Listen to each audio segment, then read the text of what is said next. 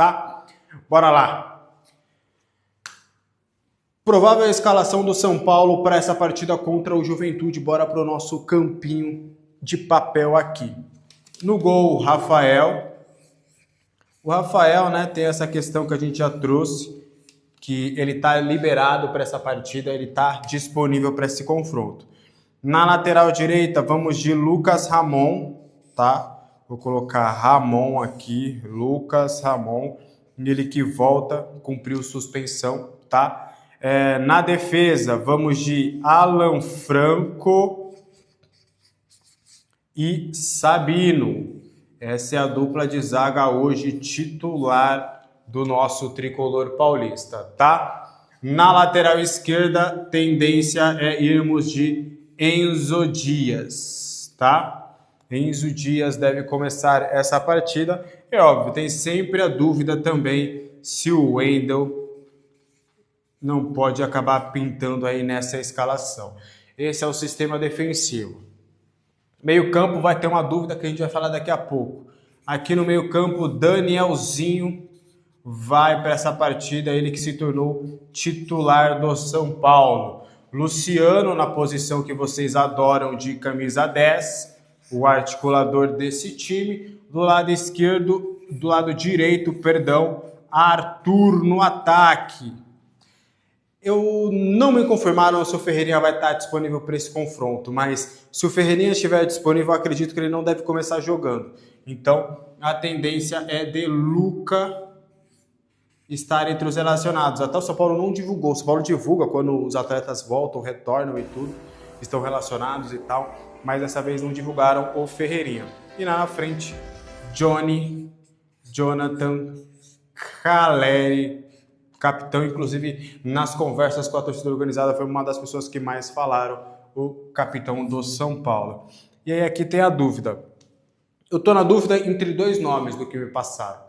O primeiro nome seria o Luan, seria um volante mais precavido, se a gente pode dizer assim, um volante mais protetor de marcação.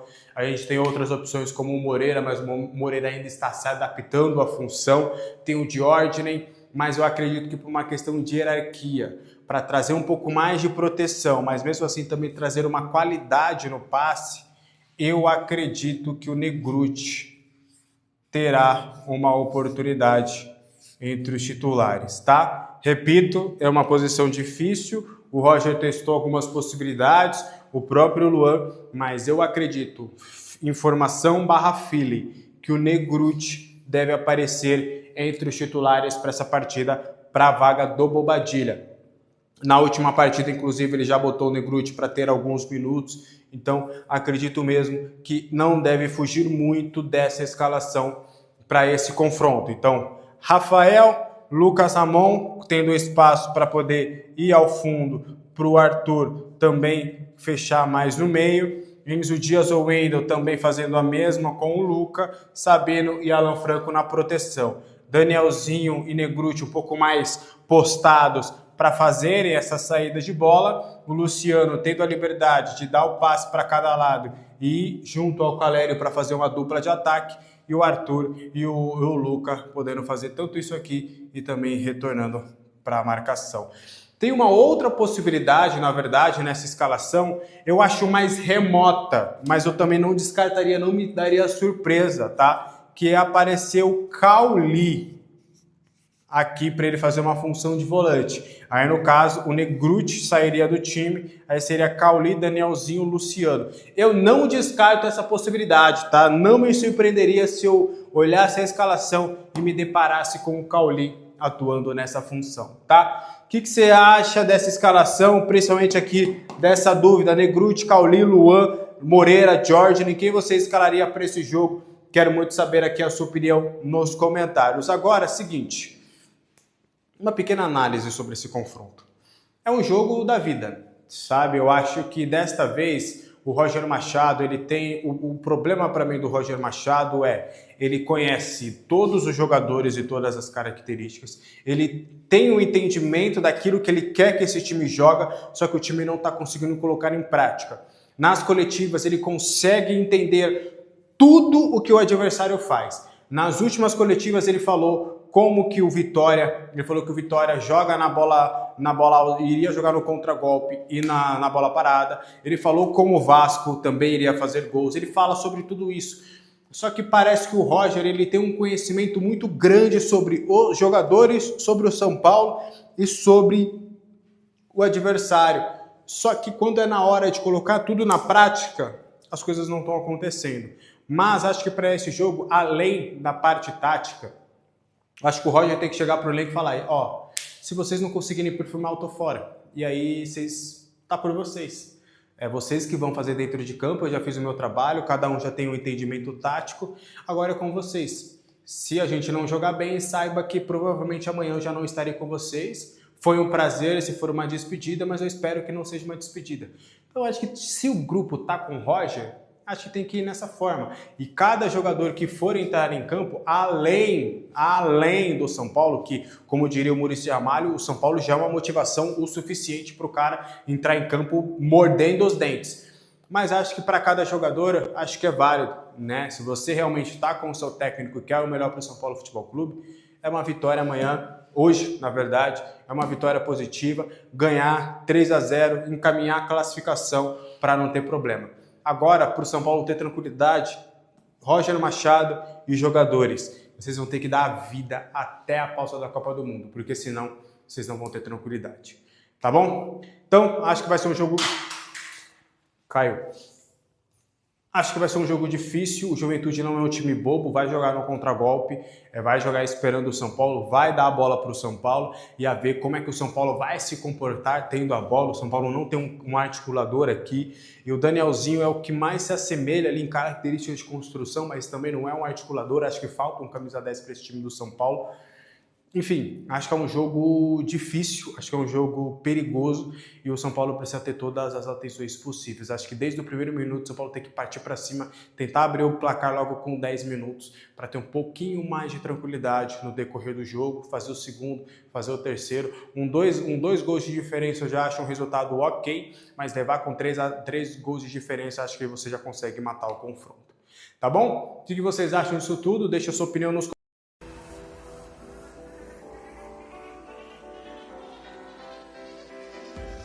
E o São Paulo volta a campo hoje pela Copa do Brasil. A pressão em cima de Roger Machado é gigantesca, né, rapaziada? É enorme. Uma derrota hoje pode ocasionar em mudanças drásticas no comando técnico do São Paulo e também no comando de futebol. Mudanças que devem começar, obviamente, pela saída de Rui Costa, que hoje está muito mais pressionado do que o próprio Roger Machado, né? A partida de hoje está marcada para 7h15 da noite, jogo de ida pela 5ª fase da competição.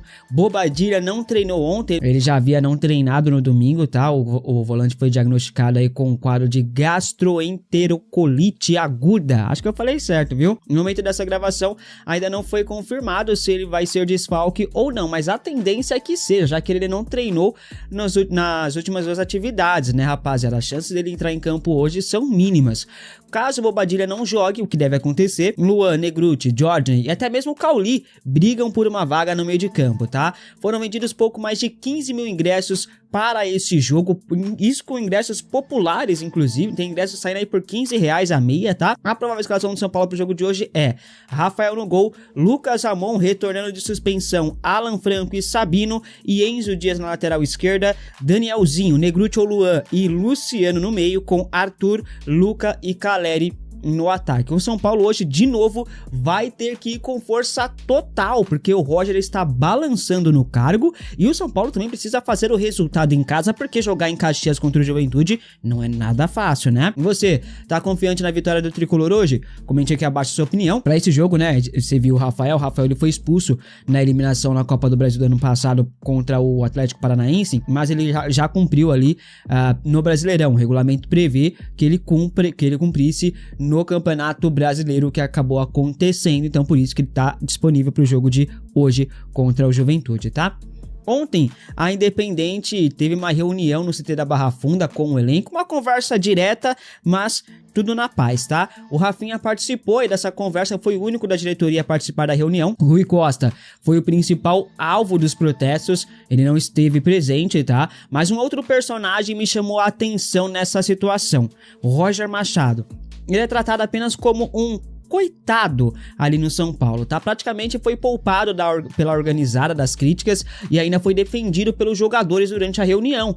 Apesar disso, as informações de bastidores apontam uma certa pressão ali no treinador e o próprio Roger Machado está se sentindo muito pressionado. O treinador não teria gostado da presença da organizada no CT da Barra Funda para conversar com seus atletas. Isso fez com que o Roger se sentisse ali ainda mais pressionado. O Roger se sentiu desprotegido pelo clube, mesmo sem ser o principal alvo das cobranças, né? A torcida ela exige a demissão do Rui Costa. O Roger não é o principal alvo neste momento. Ele vai ser criticado sim pelo desempenho do time, pelas mudanças, alterações, substituições, escalações, etc. Agora, o principal alvo, a torcida quer a cabeça do Rui Costa. Fato é que o Roger Machado, ele está se sentindo muito desgastado. Informações apontam que ele relatou que ele se sente como se ele estivesse há muitos anos no clube. O desgaste é gigantesco. A sua demissão é questão de tempo, rapaziada. Dá pra ver no semblante dele que ele já está muito desgastado. E olha que ele tá só um mês no comando, né? Fontes dizem que ele chegou até mesmo a sinalizar que poderia negociar a sua saída. Por isso eu digo, a demissão de Roger é questão de tempo. Eu não vou pedir a demissão do Roger aqui, como não fiz até o momento, porque apesar de eu achar ele um péssimo treinador, eu não acho que ele é o maior culpado. Antes dele, o Rui Costa é que tem que cair. E a novela pela rescisão de contrato de Arboleda teve um novo capítulo, nação. Segundo Alexander Vieira, Arboleda sinalizou que voltará ao Brasil em breve para resolver de vez essa situação. A ideia do zagueiro é vir ao Brasil na próxima semana. Ele virá com seus advogados, virá com seus agentes também, né, para tratar a situação da rescisão contratual. Fica claro que a Arboleda não quer mais vestir a camisa do São Paulo. Alguma coisa de muito grave aconteceu, tá? Porque não é normal isso. O fim do ciclo de Arboleda no tricolor está muito próximo de ser anunciado. O São Paulo já enviou 2 notificações para o atleta e nenhuma foi cumprida, foi atendida, né? Por isso, São Paulo mantém a postura firme de não tomar nenhuma decisão antes do retorno do zagueiro no CT para conversar. A Arboleda quer resolver a situação com o São Paulo quanto antes. Até então ele não havia sinalizado de forma direta quando e se retornaria ao clube, né? Dessa vez ele demonstra o desejo de resolver logo essa situação, até para ele ficar livre no mercado também, né? A rescisão de Arboleda deve acontecer muito em breve.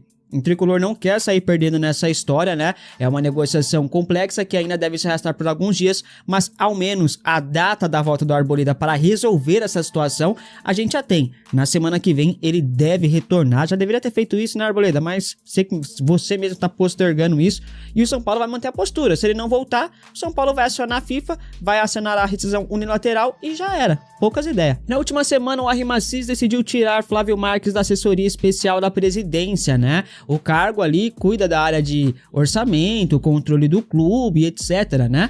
A decisão foi motivada pela postura crítica de Flávio na reunião do Conselho Deliberativo que votou a aprovação do novo contrato com a New Balance. Flávio foi extremamente crítico aos contratos ali que seriam votados nessa última reunião do Conselho. Ele declarou publicamente o seu voto, reprovando a renovação de contrato com a New Balance. Além disso, foi contra também a renovação da Sal Store, a marca própria do São Paulo, que tem excelentes produtos inclusive, tá? Mas são caros, meu Deus. O conselheiro fez duros questionamentos a Eduardo Toni, que estava presente na reunião. Flávio destaca e classifica a multa rescisória com a New Balance como desproporcional. O contrato foi aprovado com 136 votos favoráveis e foi renovado até o final de 2032, né? Fontes enxergam ali a postura de Flávio Marques como exagerada, um tiro no próprio pé, né? Há quem diga que ele se excedeu e que tenha sido também deselegante com Eduardo Toni. A postura de Flávio Marques, rapaziada, teria balançado completamente a reunião, tá? No fim, o contrato foi aprovado, a Arrimacis e Eduardo Toni comemoraram, né?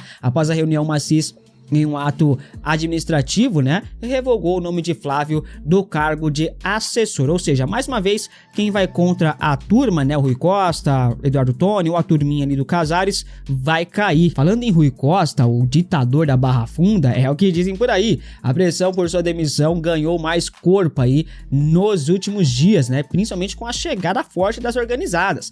As 3 organizadas do Tricolor pedem a saída do diretor executivo. O maior problema hoje seria quem trazer para substituí-lo, né? O mercado tá escasso, por isso que o Macis teme a demissão do Rui Costa neste momento, né? Contudo, o São Paulo pode ter uma solução caseira para isso. Segundo o Alexandre Zanqueta, o São Paulo pode colocar Rafinha como diretor executivo de futebol do São Paulo no lugar do Rui Costa. Isso aconteceria, claro, se o Rui Costa deixasse o cargo, né? Ainda ninguém sabe se o Rafinha aceitaria tal função, né? O Rafinha gosta muito do campo, do vestiário, né? Mais esse cara ali, de fato, da boleiragem, né? Não sabemos se ele iria querer abrir mão desse dia a dia. Até porque o ex-jogador não tem nenhuma experiência na área de executivo, né, rapaziada? Caso aceite, o Maciça, então, não perderia a conexão com os jogadores, né? Algo que ele tanto prioriza.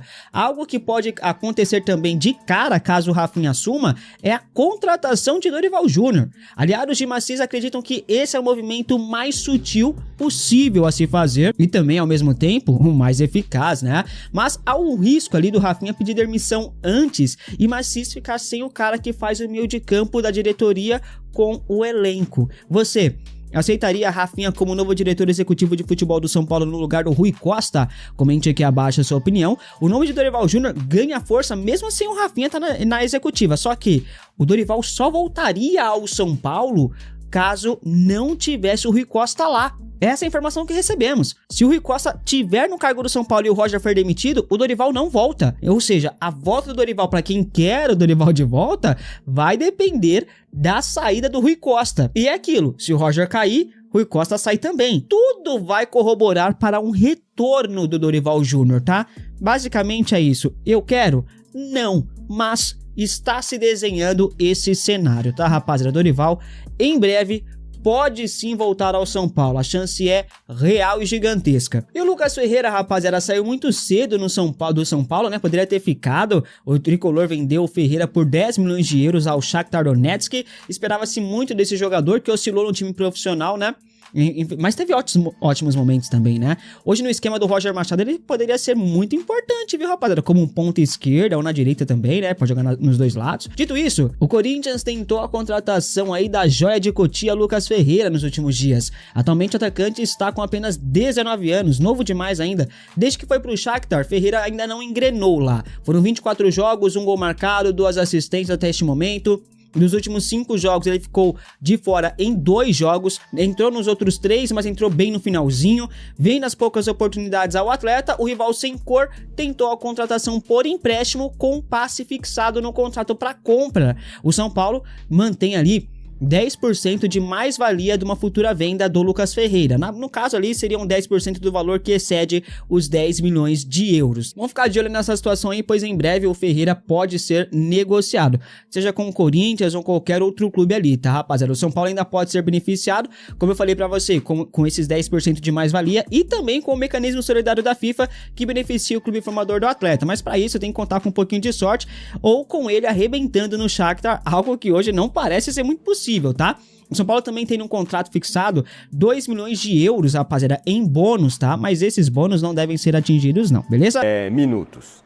Reportagem hoje do Valentim Furlan aqui no UOL diz que o Rui Costa, por conta disso, vive o seu dia D.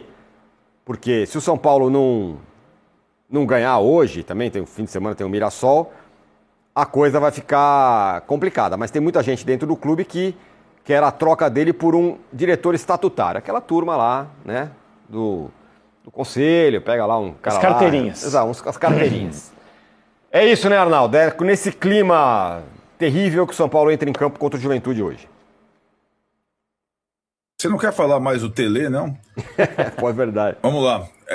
Mas eu vou fazer uma analogia, Tironi, porque é o seguinte, na época do Tele, o São Paulo praticamente não jogava a Copa do Brasil, né? Ele abria a mão da participação dele ou jogava com times reservas de jovens com técnicos das categorias de base, Muricy, Márcio Araújo e tudo mais, né? Porque o São Paulo jogava Libertadores e não dava para... E tinha mais jogos no calendário brasileiro do que tem hoje, por exemplo, né?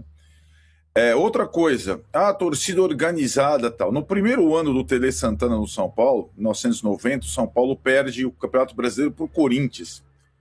Era o primeiro título nacional do Corinthians. E na virada do ano, as organizadas pediram a saída do Tele, porque afinal perdeu a final para o rival. E na época a direção, não existia executivo de futebol naquela época também, 1990, eram diretores estatutários, é como se fala hoje, né? Mas o São Paulo tinha um comando forte que resolveu peitar as organizadas e boa parte da torcida e manter o técnico, acreditando que ele pudesse fazer coisas melhores ali para frente.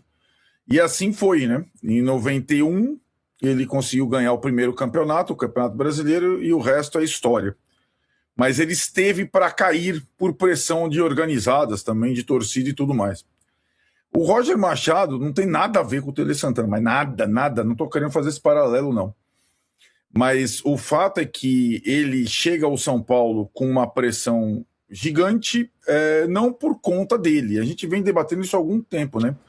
Por uma decisão quase que autoral do Rui Costa, esse assim executivo de futebol, mas com muito apoio de duas pessoas, do Rafinha, que é o jogador ali cartola no momento, e do presidente interino, que seja o Macis, que me parece aquele... E também acho natural, viu, Tironi? Não tem experiência nenhuma na situação, não entende exatamente de futebol, e resolveu apostar na decisão do executivo dele e tal, e eles concordaram, e de uma hora para outra, num dia como esse, numa nota oficial, estamos demitindo Hernan Crespo para contratar Roger Machado. Pois bem, o Roger chegou e começou a apanhar do nada, muito por conta dessa decisão da troca. Ele começou a apanhar por conta do Rui Costa. E agora o Rui Costa está apanhando por causa do Roger. Né? Que os resultados começaram a minguar, o time começou a mostrar problemas, as contusões voltaram, né? E aí agora o São Paulo vai estrear na Copa do Brasil nessa situação delicada, com muitos desfalques e com poucas perspectivas. E aí, Tironi, eu acho o seguinte, tudo que o Rui Costa, o Rafinha e o Macis elencaram para decidir demitir o Crespo, está acontecendo agora no São Paulo com o comando do Roger, né? A queda de produção, as lesões, as carências, e tem uma situação que o Rui Costa particularmente falou sobre o Crespo, que o Crespo foi eliminado no ano passado, segundo o Rui Costa, por um time da Série B na Copa do Brasil. Pois bem, o São Paulo vai enfrentar hoje um time da Série B, mais ou menos naquelas circunstâncias. Era o Atlético Paranaense no ano passado, e ele nem considerou que no jogo de volta em Curitiba, o goleiro do São Paulo foi expulso com 2 minutos do primeiro tempo, né, o Rafael, num lance no mínimo duvidoso. E agora é o Juventude, do Jandrei, que não vai jogar porque pertence ao São Paulo. Essa situação de você ter que a cada jogo vencer, senão você vai cair, não existe no futebol, né? Por exemplo, o São Paulo, nós estamos vendo a cena da vitória do Vasco sobre o São Paulo. O Palmeiras perdeu do Vasco, aí em São Januário, também de virada, né? Então, perder do Vasco, tropeçar, faz parte. Viver nessa incerteza é que é praticamente impossível. A decisão do Macis, se ela for pela troca, ele sabe que ela vai envolver não só o técnico, como o departamento de futebol como um todo. E aí temos um problema. O Macis não entende e não tem diretor estatutário que entenda, e tem diretor estatutário que assume clube que não sabe fazer contrato, não sabe organizar tabela, não sabe de logística, tal. Tudo isso o executivo de futebol toma conta, né? O São Paulo, para trocar o departamento de futebol e o técnico agora, 40 dias antes da parada para a Copa, com um monte de jogo rolando, é muito complexo. Não é simples para o presidente tomar essa atitude populista como agora querem os torcedores organizados. Então, não é só o dia D para o Rui Costa e para o Roger, é um dia D também para o Macis, né? Para sentir se o presidente interino do São Paulo tem capacidade de administrar uma situação adversa, né? O Macis veio ao poder como vice do Casares, parecia ser uma coisa nova, fazer tudo aquilo que o Casares não fez, limpar o terreno, mas a gente vai vendo que é mais do mesmo, assim como o Corinthians vive, né? Essa situação depois que o vice assumiu no lugar do Melo, né? O Stabile no lugar do Melo. Então é nesse terreno de incertezas e muito desfalcado que o São Paulo vai a campo hoje no Morumbi, e o torcedor que tiver verve, disposição, eu acho que ele deve ir ao Morumbi. Finalmente tem uma promoção de ingresso, e o Morumbi agora a gente não sabe quando volta, porque vai ter show, Brasileirão vai ser Campinas, Bragança, e no Morumbi, onde o Roger, se eu te falei isso ontem, onde o Roger esteve muito pouco, né? E é o lugar onde o São Paulo é mais forte, o Roger só fez 3